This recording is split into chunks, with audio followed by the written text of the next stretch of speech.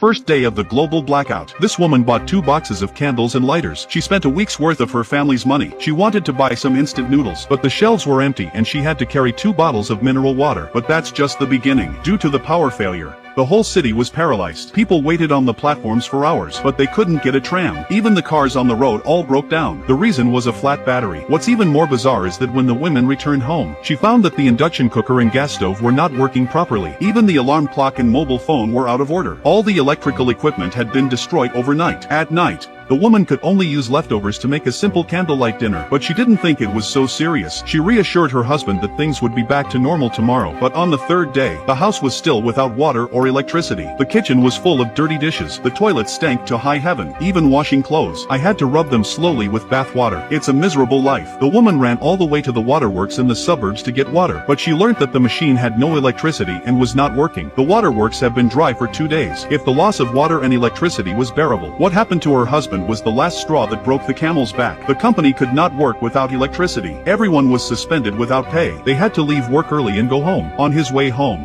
his husband saw a bicycle shop doing a lot of business. He wanted to buy one for emergency use, but he didn't realize that even the most ordinary women's bike, they were selling it for 45,000 yen. If he didn't buy it, someone else would. He had to pay all the cash he had on him. He was a fool for once. After buying the bike, the man went to the bank. He wanted to withdraw his family's savings, but because the demand for cash had multiplied, the bank was crowded. Everyone had to show a paper passbook and identification to withdraw money, and they could only withdraw up to 100,000 yen. As soon as the news came out, there was a lot of excitement in front of the bank. They're pushing forward like crazy. The woman's short husband was swept away by the crowd. He dropped his work papers all over the floor. He stooped to pick them up, but was crushed to the ground. He lost half his life before he managed to get out of the crowd.